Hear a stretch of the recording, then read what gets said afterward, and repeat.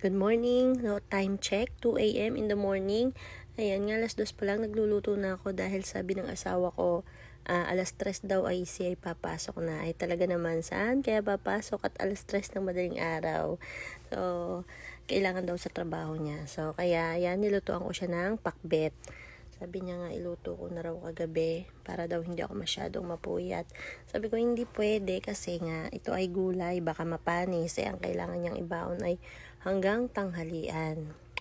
So, kaya gising na lang tayo ng madaling araw, tapos tulog na lang ulit pagkaalis niya, 'di ba? Ganun na lang ang ating gawin. Ay talaga naman, sino bang hindi gaganahang pumasok ng alas 3 ng madaling araw pag garnyang yung ulam? Partner na partner yan sa piniritong galunggong. So, ayan. Siyempre, kung ano yung kailangan niyang gawin, susuportahan natin siya para sa kanyang trabaho.